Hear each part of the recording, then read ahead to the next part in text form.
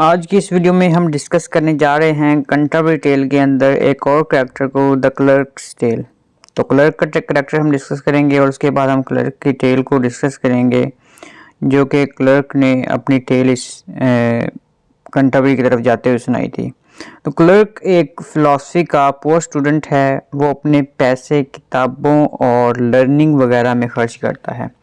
वो जो पैसे उसके पास होते हैं वो किताबों और लर्निंग और चीज़ों को अंडरस्टैंड करने के लिए, अपनी लर्निंग करने के लिए, अपनी नॉलेज को इंक्रीज़ करने के लिए खर्च करता है, ना कि अपने चेहरे की और अपने जिस्म की बनावट पे खर्च करता है। यानी ये कपड़े वगैरह नहीं ख़रीदता, उसकी निस्बत वो अपने लर्निंग वगैरह पे अपने पैसे खर्च करता है। वो बहुत कम बोलता है, लेकिन जब बोलता है तो उसके वर्ड्स बहुत वाइज और मॉरल विच्यू से भरे होते हैं। वो कहते हैं ना, पहले तोलो फिर बोलो, तो वो ऐसे ही करता है। अपने एक एक वर्ड जो जब बहुत ज़्यादा नेसेसरी हो, जब बहुत ज़्यादा ज़रूरत हो, तब वो बोलता है। और उसके वर्ड्स जो होते हैं बहुत ही वाइज और मॉरल विच्यू से भरे होते हैं। ये ऑक्सफोर्ड यूनिवर्सिटी का स्टूडेंट है और थ्रू जर्नी बिल्कुल क्वाइट बैठ रहता है। तमाम लोग आते हैं, अपनी स्टोरीज़, अपनी हिस्ट्रीज़, अपने कैरेक्टर्स सब कुछ डिस्कस करते हैं, लेकिन क्लर्क बोलता नहीं है, सब कुछ सुनता रहता है। होस्ट उसे कहता है कि अपनी टेल सुनाकर सबको चीयर अप करो।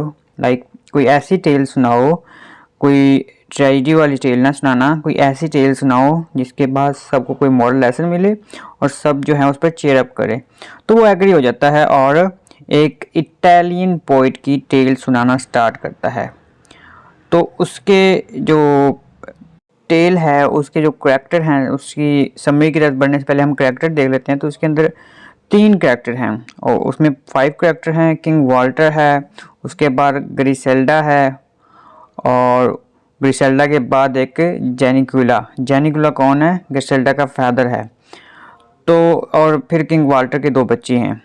किंग वाल्टर जो है वो सेलूजो का मर्क्यूस है और एक ऐसी वाइफ चाहता है जो कभी उसे कंप्लेन न करे। इवन कि वो बैचलर रहना चाहता है, वो शादी नहीं करना चाहता होता, लेकिन उसके रीजन के लोग हैं उसे इंसिस्ट करते हैं कि वो शादी करे। तो फिर वो अपनी एक ड्रीमी वाइफ की तलाश करता है जो कि जो मर्ज़ी कर ले, जिस तरह का मर्ज़ी उस पर एग्ज़ाम आए, उस पर हालात आएँ, वो अपना कंप्लेन ना करे और सब कुछ जो है पेशेंसली बर्दाश्त करे। वो ऐसी वाइफ ढूंढता है जो कि उसको ग्रिसेल्डा की शक्ल में मिल जाती है। ग्रिसेल्डा वाल्टर की वाइफ है और उसमें लवलीनेस और पेशेंस, गुडनेस और फिडेलिटी जैसी क्वालिटीज़ होती हैं। वो लो स्टेटस से बिलोंग करती है, लेकिन अपने हस्बैंड की तरफ से होने वाली हर ट्रायल को हॉनरेबली हैंडल करती हैं। अब जेनिकुला कौन है? वो फादर ऑफ ग्रिसेल्डा है। जेनिकुला एक पोर फादर होता है। वो अपने बेटी को एक डॉरी, इतना अच्छा दहेज तो नहीं दे पाता, लेकिन उसको अच्छे मैनर्स सिखाता है, अच्छी उसके अंदर क्वालिटीज़, उसकी लॉयल्टी उसके अंदर डेवलप करता है, उसको एक अच्छी तरबियत देता है, जिसकी वजह से वो एक ऐसी और बन जाती है जो अपने खामन की कभी भी, जब उसकी शादी होती है तो वो अपने खामन की कोई भी कंप्लेन वगैरह नहीं करती। तो ये सब चीज़ें होती है। अब क्लर्क की टेल को हम शुरू करते हैं। क्लर्क की टेल की अब समरी देखते हैं। क्लर्क की टेल एक मार्क्वेस की है जो कि स्लोजो में हुकूमत करता है। उसका नाम किंग वाल्टर है। वो एक हॉनरेबल बैचलर है और अपने लिए एक ऐसी वाइफ की सीख में है, तलाश में है, जो कभी उससे कंप्लेन न करे। वो जो कुछ उसके साथ मर्जी करे, जैसा मर्जी उसको एग्जामाइन करे, वो उसके आगे उसको क्वेश्चन न करे, उसके आगे उसको कंप्लेन न करे। तो किंग मैरिज करना ही नहीं चाहता था, बट उसके रीजन के जो लोग थे उसे इंसिस्ट करते हैं कि वो अपनी नस्ल बढ़ाए ताकि उसकी वारस आए और उसका काम चलता रहे, लोग उसे जानते रहें। तो वो एग्री हो जाता है और कहता है कि अपनी ब्राइड वो खुद चूज़ करेगा। वाल्टर एक ब्यूटीफुल और वर्चुअस गर्ल को मैरिज के लिए चूज़ करता है। जेनिकुला से परमिशन लेता है जो कि उस गर्ल के फादर हैं और यंग गर्ल का नाम ग्रिसेल्डा है। वो मैरिज से पहले ग्रिसेल्डा से एक प्रॉमिस करता है और प्रॉमिस लेता है कि उसकी वाल्टर की हर विल को ओबे करना होगा। जैसा मर्जी वो बात करे, उसको क्वेश्चन नहीं करना होगा और उसको ओबे करना होगा, चाहे उसके लिए उसको कितनी ही पेन क्यों ना बर्दाश्त करनी पड़े। ग्रिसेल्डा इस कंडीशन के लिए मान जाती है और दूसरे ही दिन शादी कर लेते हैं। आफ्टर सम टाइम ग्रिसेल्डा के यहाँ बेटी पैदा होती है। वाल्टर ये डिसाइड करता है कि वो अपनी वाइफ की लॉयल्टी को टेस्ट करेगा। वो डिसाइड करता है कि टेस्ट किया जाए कि वो अपने प्रॉमिस पे पक्की है या नहीं, वो क्वेश्चन करती है नहीं, वो उसके कंप्लेन करती है नहीं, वो सारी चीज़ें वो टेस्ट करना चाहता होता है। तो टेस्ट करने के लिए वो अपने एक ऑफिसर को हायर करता है कि मेरी वाइफ से बेबी को छीन लो और उसके सामने ये प्रटेंड करना कि तुमने उसे किल कर दिया है, तुमने उसे मार दिया है, ताकि उसे बिलीव हो जाए कि बेबी मर चुका है। लेकिन वाल्टर ने उस बेबी को अपनी सिस्टर जो कि बिलोंगा में रहती थी उसके यहाँ ट्रांसफ़र कर देता है और वहाँ उसकी बेबी की लविंगली ब्रॉट अप यानी उसको परवरिश हो रही होती है। इस इंसिडेंट के बाद जो उसकी वाइफ है उसको यकीन तो हो जाता है कि उसका बेबी मर चुका है, लेकिन वो कोई भी कंप्लेन नहीं करती क्योंकि उसने किंग वाल्टर से क्या किया होता है, प्रॉमिस किया होता है कि वो नहीं करेगी।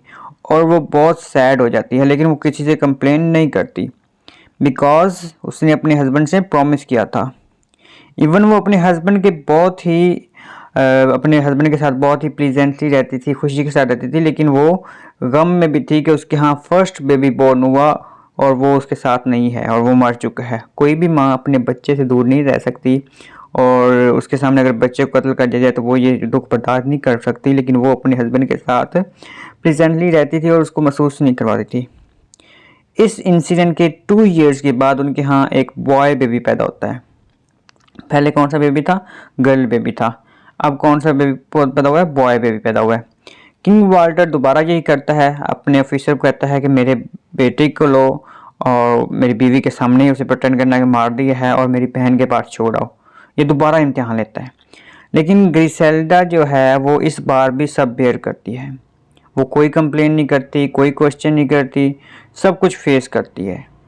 देन जब उनकी गर्ल 12 साल की और बॉय 7 साल का हो जाते हैं तो वाल्टर अपनी वाइफ को कहता है कि दोबारा टेस्ट किया जाए। वो उसको निकाल देता है अपने किंगडम से और उसके घर भेज देता है, उसके बाप के घर, जहाँ पे वो पॉवर्टी की हालत में पहले रहती थी। तो वो टेस्ट करता है कि क्या वो ऐशो इशरत की ज़िंदगी छोड़ के पॉवर्टी वाली ज़िंदगी में दोबारा से बस जाएगी। ये सब चीज़ें वो देखता है और ये सब वो चीज़ें क्या करती है कि वो चली जाती है और दोबारा पेशेंट के साथ बर्दाश्त करती है। मीनवाइल जो किंग वाल्टर है वो अपनी वाइफ को मैसेज भेजता है कि वो दूसरी मैरिज करना चाहता है और उसे ऑर्डर करता है कि इस मैरिज की सारी अरेंजमेंट तुम करोगी। ये गैलिसेंड्रा के लिए सबसे बड़ा टफ टेस्ट था क्योंकि कोई भी औरत जो है वो सब कुछ बर्दाश्त कर सकती है लेकिन शराकतदारी बर्दाश्त नहीं कर सकती। तो वो उसको पैगाम भेजता है कि मेरी दूसरी मैरिज की तमाम जो अरेंजमेंट्स हैं वो तुमने आके करनी है। और वो उस ऑर्डर को जो है वो एक्सेप्ट करती है और जैसे वो सब कुछ बेयर कर रही थी वो इसे भी बेयर करती है। वो ऊपर से तो शो करवा रही होती है कि वो मुतमिन है, लेकिन अंदर से बहुत ज़्यादा इंटरनल पेन में थी और किसी को पता भी नहीं था और किसी को बता भी नहीं सकती थी। वो एग्री हो जाती है और सारी अरेंजमेंट्स करने के लिए अपने कास्टल में वापस आ जाती है। वहाँ किंग ने बिलोंगा से अपनी डॉटर और सन को भी बुलाया हुआ था। किंग को बहुत बुरा लग रहा था कि उसने अपनी वाइफ की लॉयल्टी को चेक करने के लिए इसे ट्रायल दिए, क्योंकि वो सारे ट्रायल में बहुत अच्छे से और फ़ख्र के साथ जो है वो कामयाब हो जाती है और अपना प्रॉमिस नहीं तोड़ती। और उसकी वाइफ ने कभी सिंगल वर्ड ऑफ कंप्लेन नहीं बोला। उसने प्रॉमिस भी याद था और वो अपने प्रॉमिस पे कायम थी। तो किंग वाल्टर उन सब के सामने बताता है कि उसकी जो बेटी है, ब्यूटीफुल यंग गर्ल बेटी है, उसको कुछ भी नहीं हुआ, वो ज़िंदा है, सलामत है। उसको वो जस्ट एक टेस्ट था और वो अपनी बिलोंगा में अपनी सिस्टर के पास परवरिश पा रही थी। और अपने बेटे को बताता है और सबके सामने बताता है कि जो उसकी बीवी है उसने तमाम टेस्ट में, ट्रायल्स में बखूबी जो है वो अपना किरदार अदा किया और पास रही है, कभी भी कंप्लेन नहीं की और प्रॉमिस पे कायम रही है और वो बहुत ही लॉयल रही है। तो ये सब कुछ वो बताता है कि ये ग्लेसेंड्रा के लिए एक टेस्ट था, हर्डल थी, जिसे उससे बहुत पेशेंस और लॉयल्टी के साथ बेयर किया है। इवन के सब बेरेबल नहीं था। किम बहुत खुश होता है कि उसकी वाइफ हर ट्रायल को हॉनरेबली और पेशेंटली पूरा करती आई है। So we can conclude from clerks tell women should loyal to her husband. तो ये क्लर्क्स टेल थी जो उसने पिलग्रिम्स की तरफ जाते हुए, कंठबी की तरफ जाते हुए हमें ये सुनाई थी। तो जिसमें हमें देखा कि एक औरत की लॉयल्टी को टेस्ट किया जा रहा था और वो तमाम टेस्ट में, तमाम एग्ज़ाम में बहुत ही हॉनर के साथ सक्सेसफुल हुई थी। हम थीम की बात करें तो इस स्टोरी के अंदर जो क्लर्क की टेल है इसके अंदर काफ़ी ज़्यादा थीम बन रहे हैं। तो सबसे पहले जो थीम है वो एग्ज़ाम का थीम बन जाता है कि किस तरह टेस्ट जो है वो एग्ज़ाम, ज़िंदगी एक फुल ऑफ एग्ज़ाम्स होती हैं। आपकी ज़िंदगी जैसी भी हो, इंसान को हर तरह के टेस्ट वगैरह फेस करने पड़ते हैं, एग्ज़ाम्स फेस करने पड़ते हैं सर्वाइव करने के लिए। तो जिस तरह वो अपनी वाइफ की लॉयल्टी, अपनी वाइफ के साथ उसका पेशेंस, उसका प्रॉमिस, वो सब टेस्ट करने के लिए, एग्ज़ामिन करने के लिए वो उसको टेस्ट देता है और हर्डल्स आती हैं। वो जो है वो पेशेंस के साथ उसको सब बर्दाश्त करती है। उसके बाद जो नेक्स्ट थीम है वो पेशेंस का है कि वो कैसे पेशेंट रहती हैं थ्रू आउट द स्टोरी। और जब भी जो जैसा भी उसको किसी भी औरत के सामने अगर उसको बच्चे को मारा जाए तो बहुत बड़ी बात होती है। कोई भी औरत नहीं बर्दाश्त करती, लेकिन वो अपने प्रॉमिस की वजह से वो सब कुछ बर्दाश्त करती है और दूसरा बच्चा भी मार देती हैं, फिर उसको घर से भी निकाला जाता है, फिर उसको हस्बैंड दूसरी शादी करता है। तो ये सब चीज़ें जो हैं वो पेशेंस को चेक करने के लिए जो उसका हस्बैंड करता है और उसके प्रॉमिस को टेस्ट करने के लिए, उसकी लॉयल्टी को टेस्ट करने के लिए। उसके बाद जो नेक्स्ट थीम आता है वो मैरिज का है। मैरिज के थीम को यहाँ पे एक मॉरल वैल्यू भी दी गई है कि वो अपनी एक तो नस्ल बढ़ाने के लिए सिर्फ शादी करता है, ठीक है, ताकि उसका वारिस आए, उसकी नस्ल कायम हो अपने रीजन के लोगों की कहने पे। और फिर वो जो है वो अपनी मैरिज को इतनी बोनस वगैरह नहीं देता, वो अपनी बीवी को टेस्ट वगैरह करता रहता है। और वो उसकी मैरिज का मकसद ही कोई ख़ास वो मकसद के लिए शादी करना सोसाइटी के अंदर, ताकि उसकी वैल्यू बनी रहे, तो इस चीज़ के लिए वो मैरिज करता है। उसके बाद जो नेक्स्ट थीम है वो मोरालिटी का है। उसकी बीवी जिस तरह साबित कदम रहती है, हर तरह के हर्डल्स को फेस करती है और परेशान नहीं होती और घबराती नहीं है, तो ये सब चीज़ें। उसके बाद जो नेक्स्ट थीम है वो लॉयल्टी का भी हो सकता है, ठीक है। तो ये सारे थीम्स जो हैं वो इसके इर्द गिर्द घूमते हैं स्टोरी के अंदर। इसके स्टोरी के अंदर मूव ऑन करते हैं कि उसकी जो वाइफ थी वो किस तरह मोरालिटी का थीम उस पर किस तरह लगता है कि उसने एक भी कंप्लेन नहीं की, एक भी क्वेश्चन नहीं किया अपने खामन से, और तमाम बातें जो उसने कही थी वो सारी बातें उसने पूरी की। ये रिप्रेजेंट करता है कि अगर एक औरत लॉयल हो अपने खामन के साथ तो किस तरह वो जो है सोसाइटी के अंदर ग्रो करती है और जिस तरह की मर्ज़ी हर्डल आ जाए वो उनको फेस करती है।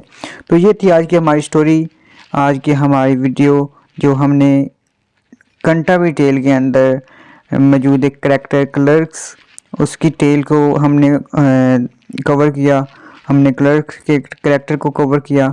तो उम्मीद करता हूँ आपको ये वीडियो पसंद आई होगी। अगर पसंद आई है तो शेयर करना मत भूलिएगा। शुक्रिया, अल्लाह हाफिज़।